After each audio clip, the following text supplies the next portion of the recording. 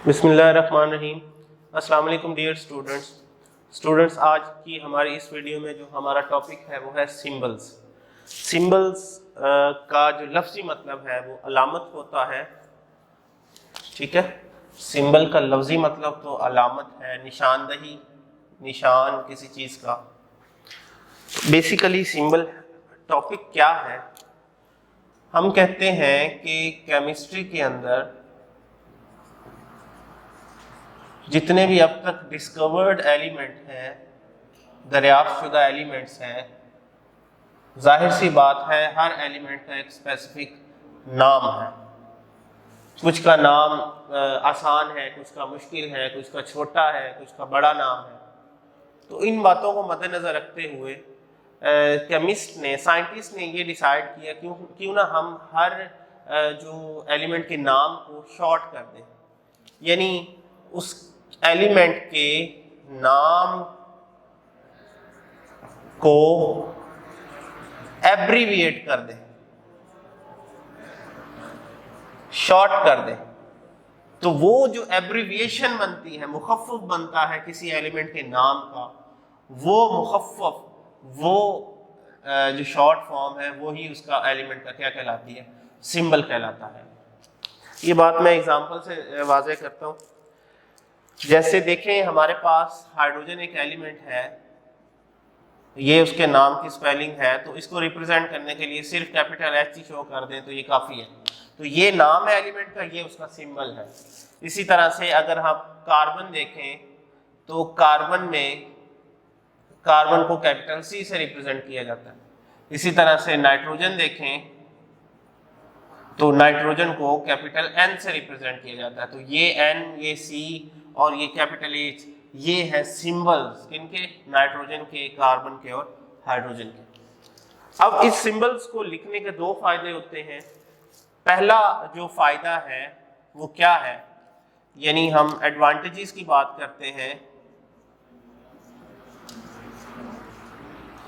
पहला जो एडवांटेज है कि आपको नाम एक से ज़्यादा दफ़ा जब लिखने पड़ते हैं तो उस पर टाइम ज़्यादा लग सकता है, इसीलिए नाम को आप शॉर्ट फॉर्म में जब रिप्रेजेंट करेंगे तो शॉर्ट फॉर्म में नाम जो है वो इजीली लिखा जा सकता है, जल्दी और आसानी से। जबकि दूसरा फ़ायदा ये है कि जब आप किसी रिएक्शन को लिख रहे होते हैं तो रिएक्शन को आप इक्वेशन की शक्ल में लिखते हैं। अब उस इक्वेशन को आप पूरे नाम नहीं लिखेंगे एलिमेंट्स के, बल्कि किस फॉर्म में शो करेंगे? सिंबल्स की फॉर्म में शो करेंगे। जैसे देखें, मैं इधर एग्जांपल्स की हेडिंग देके एग्जांपल की लिख रहा हूँ कि ये हमारे पास हाइड्रोजन का एक मॉलिक्यूल है, ये ऑक्सीजन के एक और मॉलिक्यूल से मिलता है और ये बनता है हमारे पास H2O। इसको बैलेंस करना है, यहाँ ऑक्सीजन 1 है, यहाँ ऑक्सीजन 2 है, तो बैलेंस करने के लिए यहाँ 2 लगा देंगे। अब ये 2 ऑक्सीजन तो हो जाएंगे ये वाली, लेकिन हाइड्रोजन भी ज़्यादा हो जाएंगे, 4 हो जाएंगे। तो यहाँ हाइड्रोजन 2 है, अब यहाँ 4 करने के लिए यहाँ हमें क्या लगाना पड़ेगा? 2। अब अगर हम सिंपल नाम लिखते हैं एलिमेंट का तो हमें पता नहीं होना था कि कितने एटम हैं और कितने मॉलिक्यूल नए बन रहे हैं।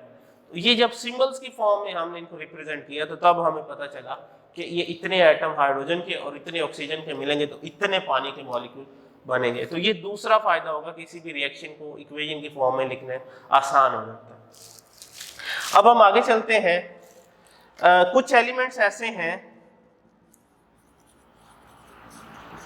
जिनके जो सिंबल्स हैं वो ओनली 1 अल्फाबेट है।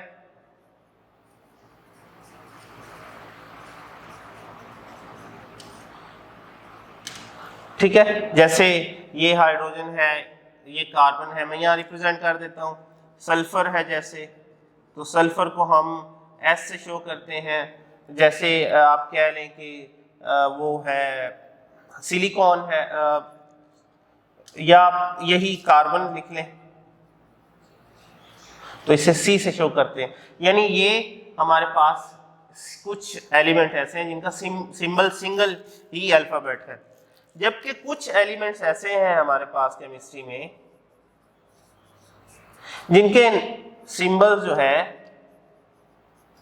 वो मोर देन 1 अल्फाबेट है। ठीक है। और वो मोर देन 1 होगा तो उसमें जो फर्स्ट होगा वो हमेशा क्या लिखना है, हमने कैपिटल लिखना है, और जो सेकंड अल्फाबेट होगा वो हमेशा क्या लिखना है, स्मॉल लिखना है। ये रूल है। वो कैसे है, जैसे कैल्शियम है, कैल्शियम को Ca से रिप्रेजेंट करेंगे। अब ये देखें फर्स्ट लेटर कैपिटल है और सेकंड क्या है, स्मॉल है। अब इसकी वजह क्या है, आप इसको C से क्यों नहीं कर सकते? उसकी रीजन ये है कि कुछ और एलिमेंट भी ऐसे हैं जिनके नाम सेम अल्फाबेट से स्टार्ट हो रहा है, जैसे कार्बन है। अब कार्बन भी C से स्टार्ट हो रहा है, कैल्शियम भी C से स्टार्ट हो रहा है, क्लोरीन भी C से स्टार्ट हो रहा है। तो अगर इनके सिंबल सेम होंगे तो फिर हमें उनको पढ़ना मुश्किल हो जाएगा। तो इसलिए सिंबल को डिफरेंस बनाने के लिए हमने क्या किया है, हर जो एलिमेंट है उनके नाम एक से ज़्यादा सिंबल बनाने शुरू कर दिए, या उन एक से ज़्यादा अल्फ़ाबेट यूज़ करने शुरू कर दिए। ठीक है, तो ये अहम बात है कि कुछ एलिमेंट्स हैं जो सिंगल अल्फ़ाबेट पर मुश्तमिल है, और कुछ ऐसे हैं जो एक से ज़्यादा अल्फ़ाबेट पर मुश्तमिल है। 2 ही है, 2 से ज़्यादा नहीं है कोई भी एलिमेंट। और उसमें फर्स्ट कैपिटल होगा, सेकंड वाला क्या होगा, स्मॉल होगा। जैसे सोडियम है हमारे पास,